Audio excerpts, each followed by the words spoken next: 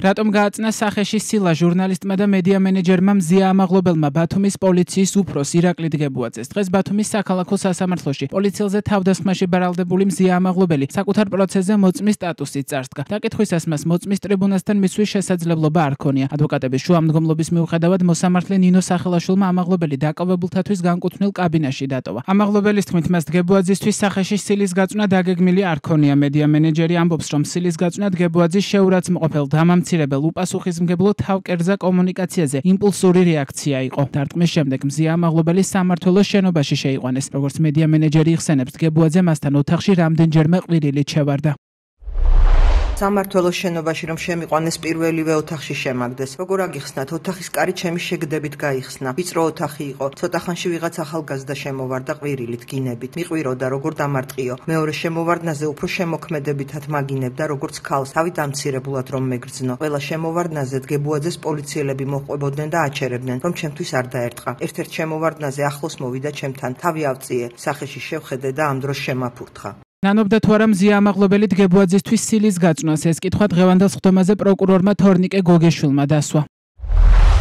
სილის გაწვნას, რომ თქვა, რომ ნანობეს იქნება სიყალბე, ეს გარდაუვალი იყო, ვიმეორებ, ბევრად ჰარმონიაში ვიქნებოდი საკუთარ თავთან, რომ სათანადო სიტყვიერი პასუხი გამეცა, მაგრამ მოხდა ეს ფაქტი და ამას ვერსად გავექცევი. ჩვენების მიცემისას ამაღლობელმა მის პროფესიასა და დამოუკიდებელი სასამართლოს მნიშვნელობაზეც ისაუბრა. ჩემს თაობაში მედიაში ერთ-ერთი მათგანი ვარ, ვინც უარი თქვა და ზურგი აქცია მაამებლურ საბჭოთა ჟურნალისტიკას. მე და ჩემმა მეგობრებმა გაზეთი რომ დავაარსეთ, იმ დროს აჭარაში რუსული ბაზა იყო. ჩოლოქზე საზღვარი ჰქონდა დანარჩენ საქართველოსთან. როცა მე და ჩემი მეგობრები ამ უსამართლობაზე ვწერდით, ძალიან მალე მოვიპოვეთ საზოგადოების კეთილგანწყობა. პროფესიულ კრიტიკულ ჟურნალისტიკას მთავრობები არ სწყალობენ და ეს არ არის საშიში მაშინ, როცა ქვეყანაში დამოუკიდებელი სასამართლო გაქვს. აქამდე გამომძიებელი იყო ჩემს საქმეზე ჩართული, მაგრამ არავინ არაფერი არ გამოიძია. ვინმე დგებუაძე დაიგინა, რომ სისხლით ჩამსვამდა და ჩამსვა. არ ვიცი, შეიძლება რამდენიმე წელი ვიჯდე, რადგან რეჟიმს ასე უნდა.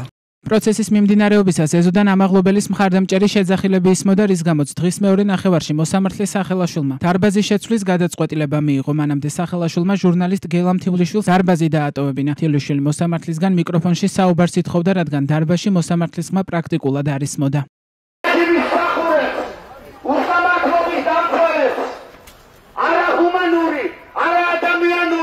ანტიქართული პოლიტიკის გამტარებლებს, ადამიანებს, რომლებაც ხელი აიღეს სინდისზე, თავისუფლებაზე, რომლებიც ემსახურებიან ოლიგარქიას, ემსახურებიან ბიბინა ივანიშვილის ოლიგარქიულ რეჟიმს, ცეცხლი პროკურატურას, ცეცხლი რეჟიმს, თავისუფლება მზიას, ცეცხლი პროკურატურას, ცეცხლი რეჟიმის მსახურებს.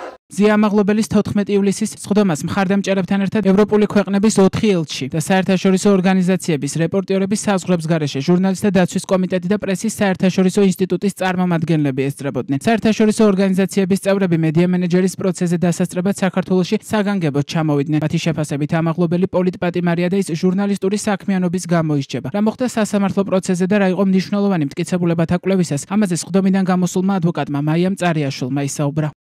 ამავე პროცესზე იმტკიცებულებების გამოკვლევა მოვახდინეთ, სადაც ხადად ჩანს და დეტალურად ვაჩვენებთ სასამართლოს როგორ მიიღეს ბატონი დგებუაძე დაკავების მერე საჯარო სივრცეში შენობის ეზოში ანგარიშწორებით როგორ აკავებენ პოლიციის თანამშრომლები კადრებში კარგად ჩანს, დეტალურად ვაჩვენებთ სასამართლოს, ასევე სასამართლოს ვაჩვენებთ, რომ ვითომ მზიას დამკავებელი ბატონი ბჟალავა არის ცრუმოწმე და რეალურად ის არ არის მზია ამაღლობელის დამკავებელი, კადრებში ვაჩვენებთ, სადაც აშკარად ჩანს დამკავებელი ვინ არის და ის ვინ არის.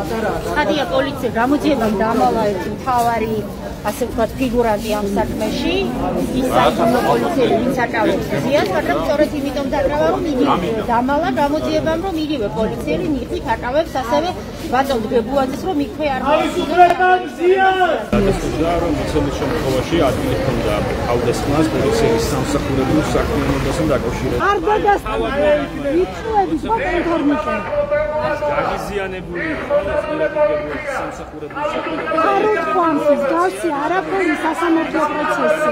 არ უთქვამს არაფერი. ზიამაღლობელი ბათუმში 11-12 იანვრის ღამეს ორჯერ დააკავეს. პირველად ადმინისტრაციული წესით აჭარის პოლიციის დეპარტამენტის დამხმარე შენობაზე სტიკერის გაიფიცეს საქართველოს გაკვრის გამო. ზიამაღლობელმა დგებუაძეს სილა სწორედ პირველი დაკავებიდან გათავისუფლების შემდეგ გაარტყა. მას შემდეგ ამაღლობელი უკვე 6 თვეა პატიმრობაში იმყოფება. 8 მაისს სასამართლო პროცესზე მოწმის სტატუსით მისულმა დგებუაძემ თქვა, რომ დარტყმის შედეგად ტკივილი განიცადა. გაწითლებული ლოყის შესახებ კი როგორც დგებუაძემ გაიხსენა თანამშრომლებისგან შეიტყო. აწითლებული ლოყისა და განცდილი ტკივილის შესახებ დგებუაძის ვერსია მომდევნო პროცესებზე მისულმა მოწმეებმა არ დაადასტურეს. 30 მაისს გამართულ სხდომაზე დაცვის მხარის მოწმემ, ქირურგ-იმპლანტოლოგმა, ფიზიოლოგიური ტკივილის სპეციალისტმა თათია ანდღულაძემ თქვა, რომ სილის გაწვნისას დგებუაძის ქმედებაში ტკივილის ობიექტური ნიშნები არ გამოიკვეთა. მანამდე 16 მაისს სასამართლოს ექსპერტმა გიორგი ჩხარტიშვილმა, რომელმაც ირაკლი დგებუაძეს სამედიცინო ექსპერტიზა ჩაუტარა, თქვა, რომ დგებუაძის მიერ განცდილ ტკივილს ვერ შეაფასებდა, რადგან ტკივილის სუბიექტური ცნება იყო. რაც შეეხება სიწითლეს, ჩხარტიშვილმა განმარტა, რომ სიწითლე დაზიანების ობიექტური ნიშანი არ არის და ვერც მას შეაფასებდა.